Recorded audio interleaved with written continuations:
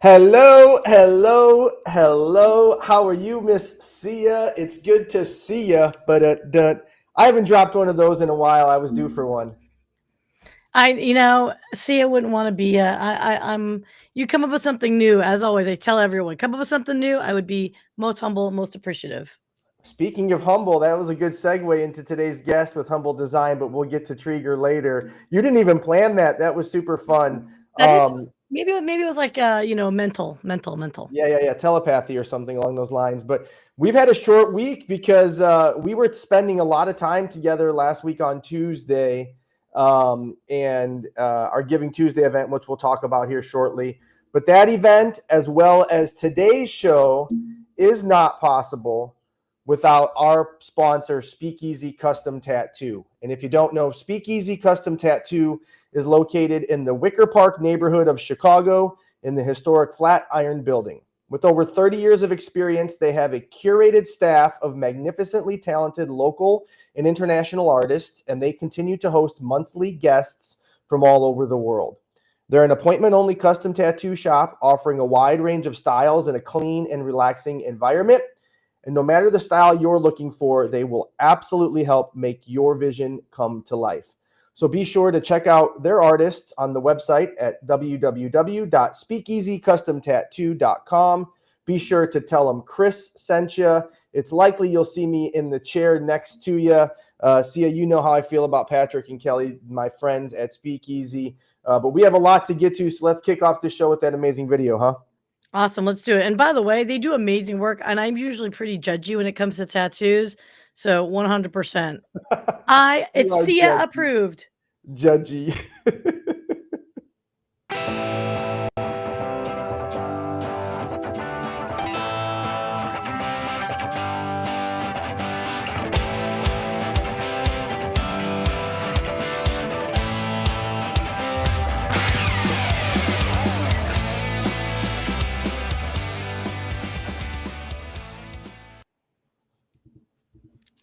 I love how you admit you're judgy. That was so funny and so cute, as I'll say, because you don't have any tattoos, do you? No, I'm a big wussy. Yep. But I have profound respect for people with great artistry on their body. I love it. It's like, like you are the canvas. I just love it. Now, Yeah, bad well, thank tattoos are you. bad. I I mean, I'm I love sorry. my art. Patrick is amazing in so many ways, but as are you, for many reasons, Sia. But you and I got to spend 2 hours together this past Tuesday, less than a week ago, celebrating Giving Tuesday, highlighting 12 organizations over the course of 2 hours. And it was just a lot of fun. It's one of my favorite shows of the year where we get to do what I call the speed dating of giving. And I'm hoping that many, if not all, the organizations we were able to uplift and highlight were able to surpass their Giving Tuesday goals. I know a few of them were Headwaters, Farmhouse, and Academy. They met their match, 25,000. So they met $50,000 on Giving Tuesday. I know SLSF surpassed their goal of 1,000. So a lot of success all around, which is super, super exciting. But not only because of that Giving Tuesday event, but we've been busy in general, right? I know you've been super, super, super busy doing some work that I hold near and dear to my heart that I was able to kind of share in the fun this past summer in Chicago. So you want to talk about some of the things you've been doing as of late? Yeah, no, this weekend we actually were busy with the Abilities Expo, and it is an expo celebrating all abilities. And as you know, maybe those that don't know, I have started another business.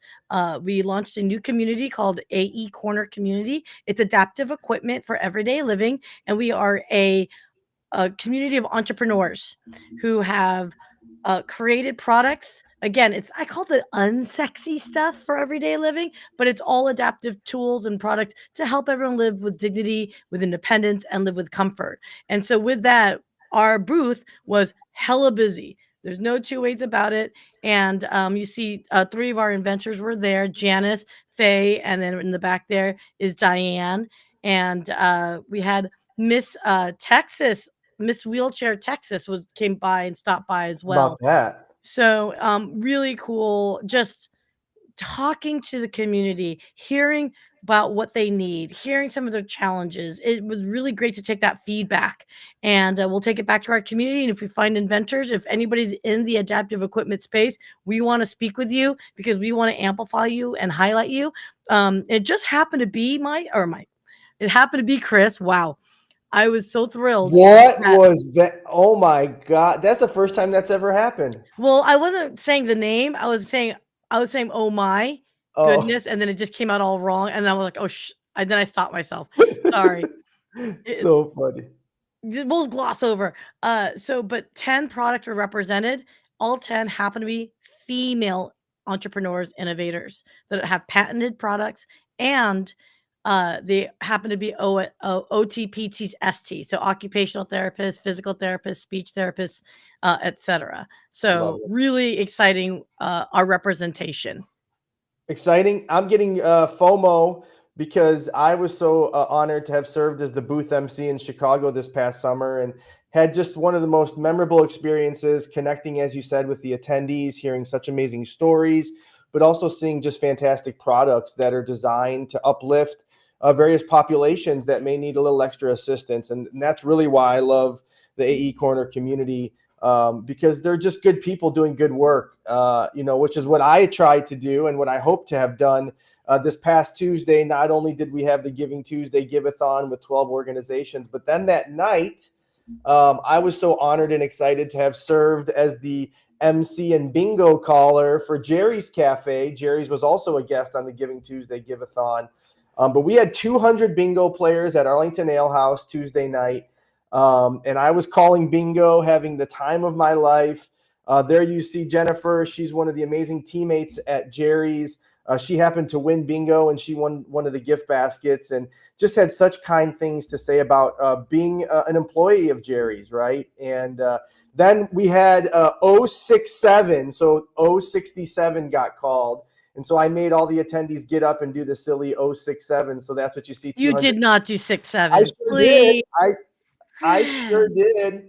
I sure did. And it made for a great picture. Look at that, right? So 200 adults in the room doing the 6-7 Weeble Wobble or whatever the heck it's called was a heck of a lot of fun. And Gary's, met their goal as well that night. So Giving Tuesday was a huge success all around for many reasons. And it's also, as we talked to some of these amazing organizations, not only was it about money, but it was about the gift of volunteerism, the gift of giving items, but also what we didn't highlight was the gift of connection, right? Mm. I was so excited to have connected with Treger Strasberg, the founder of Humble Design, as she kind of rounded out the event that night, that afternoon, as our last guest. And I was so excited to hear briefly about what Humble Design does and how it got started that we were eager to get her back. And so see a little bit more in depth. Obviously, as we talked about, Humble Design's goal is to help end homelessness one house at a time, furnishing homes for people transitioning out of homeless into stable housing with the goal of creating dignity through thoughtful design. This organization was started in 2009. Treger Strasberg, as I said, is our next guest, the founder of the organization. She did not intend to start a national nonprofit. She did not plan to help thousands of individuals throughout our country. She didn't aim to help stop homelessness. She just wanted to help a friend, one person, which is what we're going to hear about, which is so inspiring. But since the organization was founded in 2009, Humble Design has served 12,199 people. Wow. 7,497 of them are children who now have beds to sleep in because of their work. 4,160 homes have been designed through their just exceptional work in making our world a better place. So, Sia, while I love you and you do amazing work, we're going to hear more about Humble Design through Treger Strasberg. So please welcome her to the stage. All right. Thank you, guys. See you next time.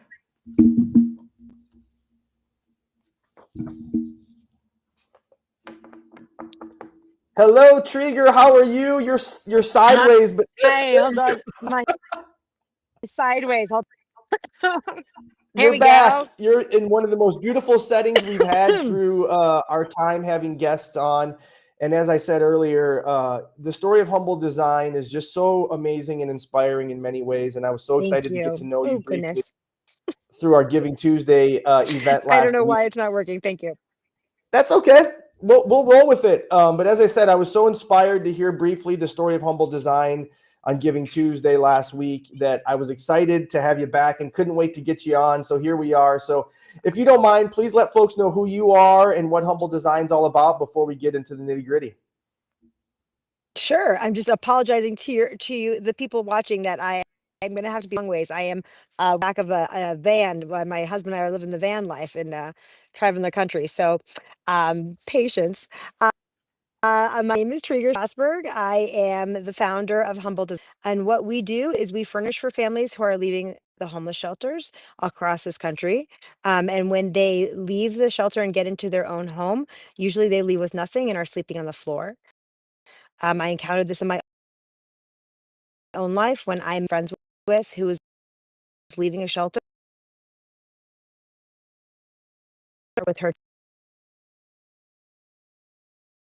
So, you still there? Yep, I'm here. I'm here. I Oh, can hear great. you. Sorry. I froze for there. Okay, great. So what ended up happening was I ended up furnishing my friend's home from top to bottom with the things that she and her kids wanted to see in it. And I did it with all donated goods from the community. And believe it or not, every home and every family that we furnish for is done the exact same way. So we make friends with our clients who are leaving the shelter with their children, or if they're veterans, or if they're on their own, and we get to know them and understand what they like. And then we have huge warehouses in all of our cities filled with donated goods from the community. And those interior designers and volunteers use those goods to furnish a home that is dedicated and specified specifically for our clients. And it turns out to be a really personal and dignifying and empathetic way to go about in the continuum of care. And it ended up that our statistics, which we'll talk about in a minute, are far surpass what is normally expected from a continuum of care unhoused nonprofit. And so a lot of people are studying now why this works, which is really incredible for me, who just wanted to help a friend in need. I love it. I love it. And that's how most things start, right? Great people like yourself find one person or one problem and they work to solve that. And before you know it, you have a national nonprofit across 4 cities. And for those of you that are watching, as Treger said, she's traveling throughout the United States, living an awesome life, having some troubles with her camera. So if you don't see her on screen, that's why. But fortunately and most importantly, we can hear you, Treger. So let's not change anything. Thank you. So thank you for rolling with us. But I want to get in a little bit about that, right? As you said, you wanted to help just one person, and you were working Mhm. closely with a friend, I believe, in 2009, that kind of spawned this amazing organization. So can you give a little bit of background on how that actually played into what Humble Designs become today? Yeah, so I was volunteering at a nonprofit. I'm a graphic designer by trade, and so I wanted to make sure that I didn't lose my graphic design skills, and my kids were very young. I wasn't able to go to work full time because I wanted to be home for my children. So I volunteered my time at this nonprofit. I made friends with the woman who ran the front desk, who was just this amazing, glowing individual. And after 6 weeks of being friends, she said to me, "I'm really, really tired today. I'm sorry, I'm not doing a lot of talking." And I said, "Well, what's going on?" She said, "Well, the homeless shelter is really loud and I'm not getting much sleep with my kids." And I thought she was volunteering because I was so privileged and out of touch at that moment in my life. I had never met somebody who was experiencing homelessness. And so when she told me that no, she was homeless, I just about fell out of my chair. And so I cried with her and we talked about how this happened. And, a woman with a full-time job and a degree and 2 kids, and it happens a lot in this country. And so when she finally was able to share the news with me that she had moved into a house, I was so excited for her. And I went down to go see her and her children at the house, and they were sleeping on the floor with their winter coats. And they had staked out which room they wanted with their coats on the floor. And I cried the whole way home. I wouldn't let her see me cry because I didn't want her to think that I felt any way about it. And then I emptied out everything in my house that I didn't need or that my children didn't need.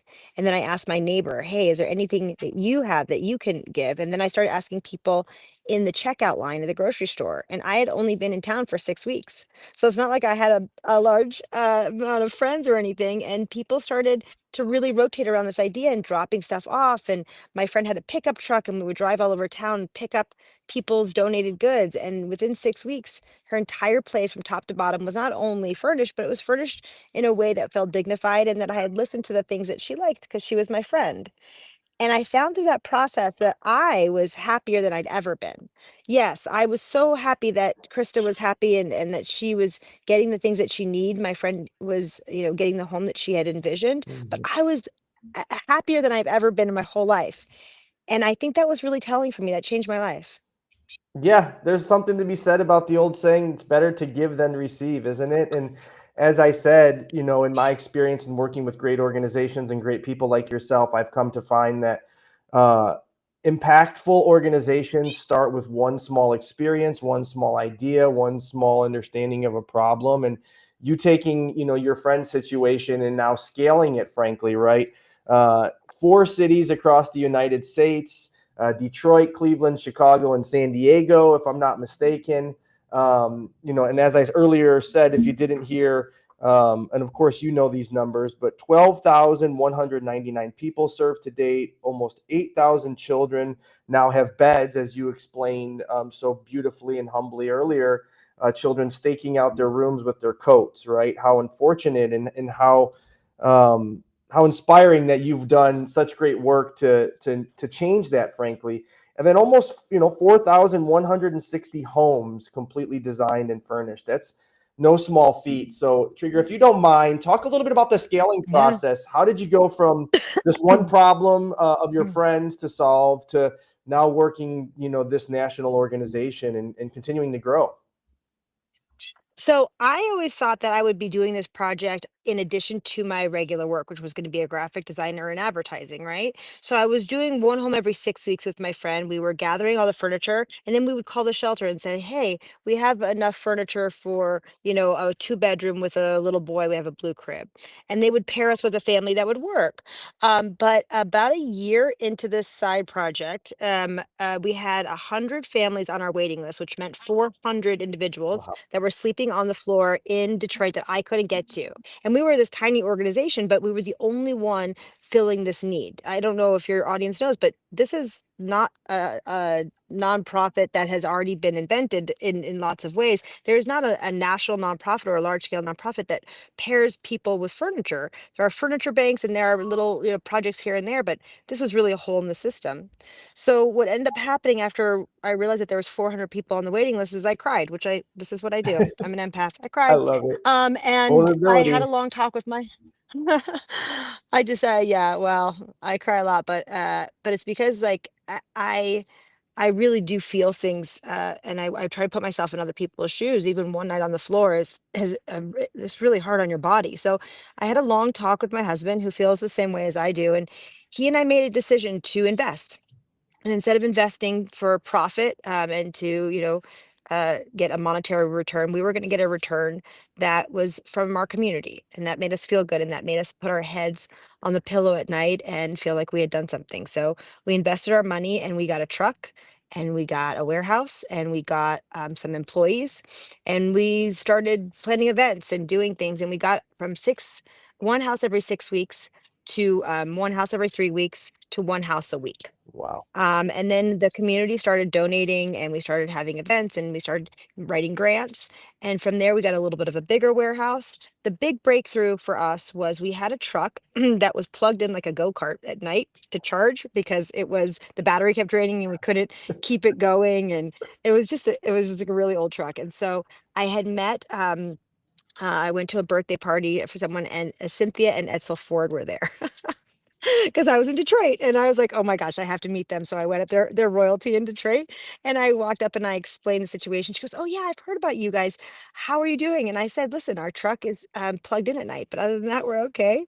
And she called U-Haul, Joe Schoen over at U-Haul, and she said, hey, there's an organization that really needs a truck. And so U-Haul donated our very first truck. And I was so I mean, I cried. Of course, I cried. Your audience knows I cry, but I did. I was so grateful, and it was like such a big breakthrough for me that I flew to Phoenix to thank them in person. And when I flew to Phoenix to thank you all in person, I told them of my grand scheme, my dream to bring this to every city that needs us, and to be nationwide and to think really big and audaciously. And they agreed with me. So the second city that we went to was Chicago because U-Haul gave us the truck and the warehouse space, which was our two biggest overhead needs. And then we kept growing and growing and growing. And then we went to Cleveland with the help of Progressive. We went to San Diego. We were in Seattle for a while.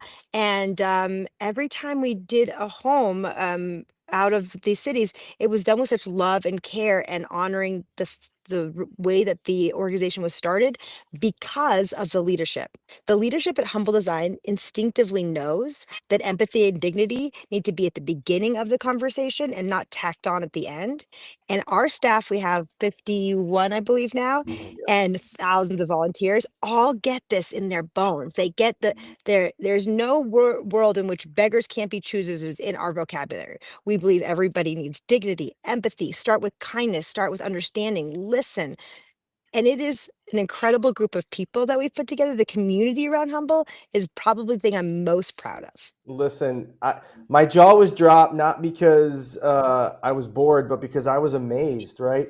To have the tenacity and the forwardness to go to, as you call them, Detroit royalty, to just not only introduce yourself and your organization, but to be so forward to say, hey, we have a problem and you're able to help fix it, will you? Right. And I know you didn't go towards it with that type of aggression, but it takes that type of tenacity to grow an organization like Humble Design, right? As humble as you I always are, say, as a play on words, right? You don't get what you don't ask for, frankly, right? you can hire expertise, you can pay for experience, but you cannot hire obsession. And I was obsessed. Obsession just comes from people who surround yourself with who really believe in what you're doing. And not only am I obsessed, but the people who we have surrounding at Humble Design are obsessed. I know it firsthand because as we were planning this show, and as I've been so fortunate to get to know the team at Humble Design, there are so many great individuals who are reaching out to me. Hey, Chris, how can we help? Or hey, what do you need us to take off of your plate to make sure that this goes well? Like almost overwhelming, not because I'm overwhelmed, but because there's just so much goodness going on, right? There's just so many good people behind the engine that is Humble Design. And it's just a testament to you, Treger, in so many ways, right? The forward thinking you had, the desire you had to go all in with your husband, to get a truck, if you will, and start picking up furniture. And now, as I said, you're furnishing over 4,000 homes, and people are, they're staying in their homes, right? That I know is so important to you and to the organization. The metrics, the data that shows the work that you're doing is actually impacting. So if you don't mind, talk a little bit about that. Okay, well, I'm going to say something super shocking, right? As I don't care about the data, and I'll tell you why.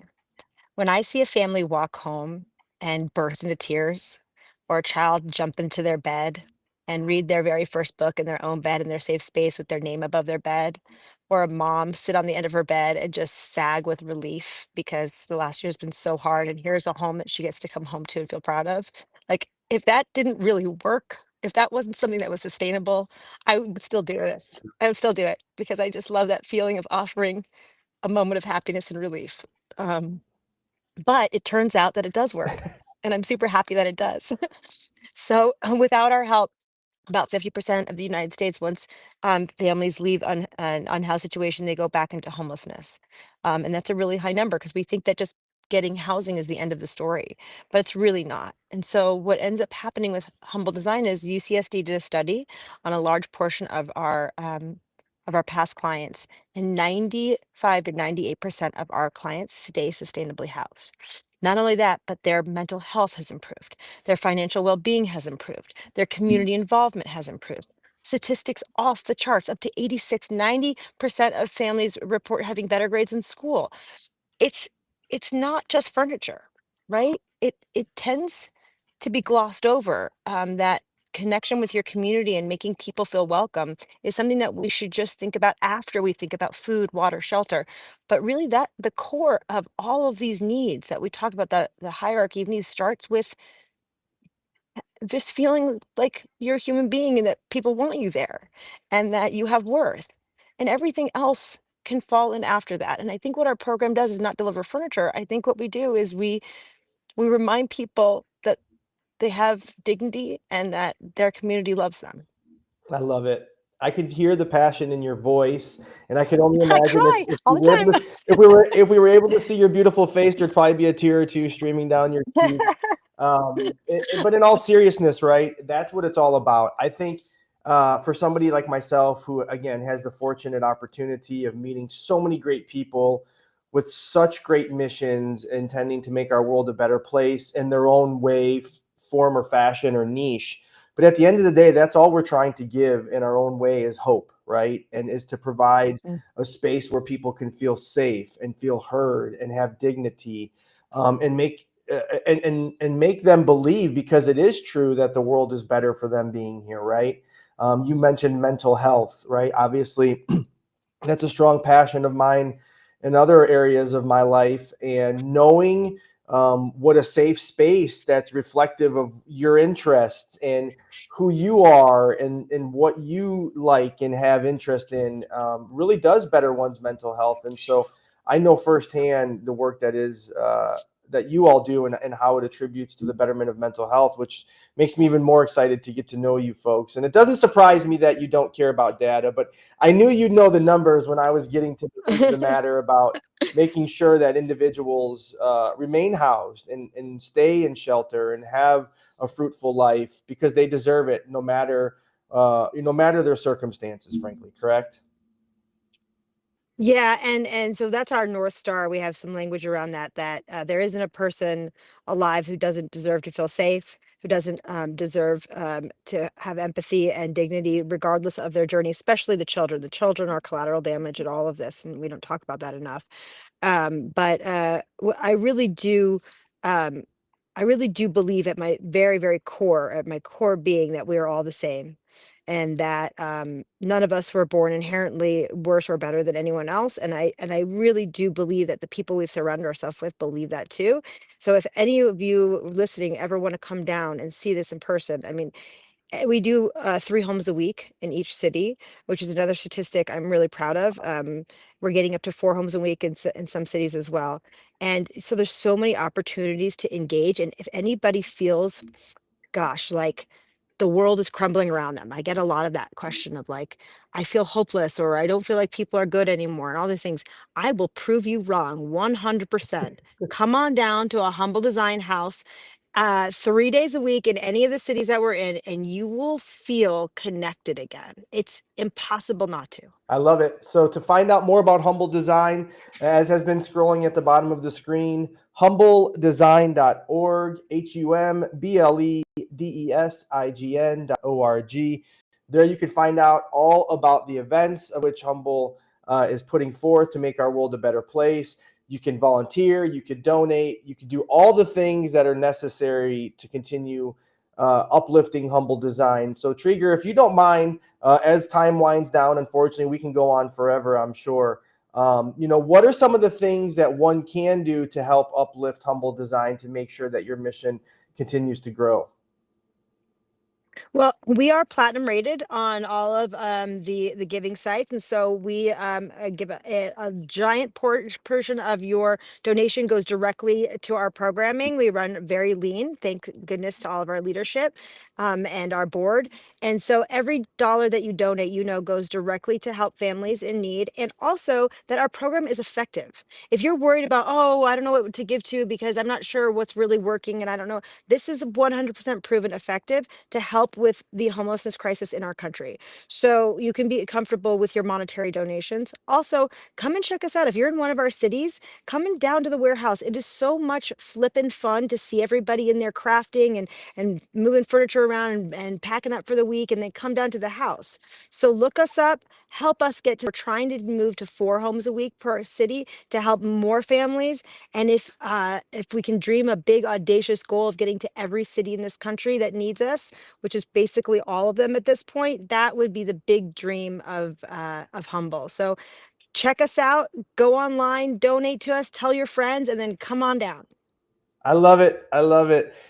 You heard it from the best. Unfortunately, we couldn't see her, but that's quite all I'm so right. sorry. No, listen, the messaging is most important, of course, and today's message has just been so uplifting, inspiring, encouraging, and continues to give me hope that our world is being made a better place through the work of folks like yourself and organizations like Humble Design. So, Treger, thank you so much for joining me today. If you haven't already, please connect with her on LinkedIn. Follow Humble Design and all 4 cities, Cleveland, Detroit, Chicago, and San Diego on Instagram. You can get more information about those cities there as well. Am I forgetting anything, Treger, before we say goodbye for the day? I just want to thank you. Like, there's not very many people out there who are like you, who will just highlight the work that these little nonprofits are doing and help us. And I just want to say thank you. And your heart is so big. Well, so is my mouth. No, I'm just kidding. Perfect.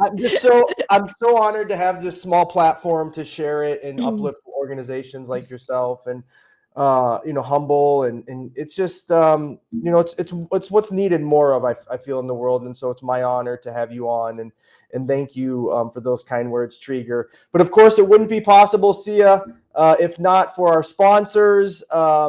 Of course, Speakeasy Custom Tattoo, my personal tattoo artist, Patrick Coronolo. They also have amazing guests from all over the world. If you haven't already, please be sure to check out their website at speakeasycustomtattoo.com. Tell them Chris sent you.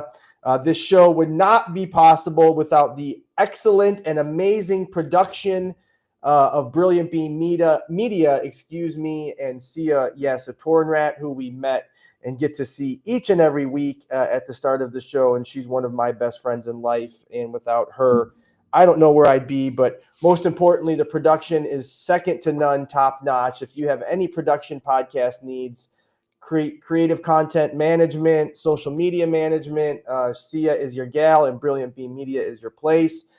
We have some other sponsors which we're going to highlight. But once again, thanks again for tuning in. It's been a heck of a lot of fun highlighting Humble Design.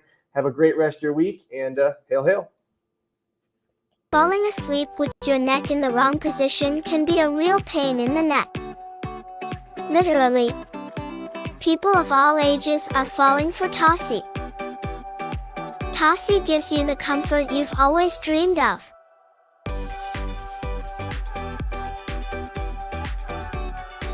Go to TossieBrands.com and get your comfort on.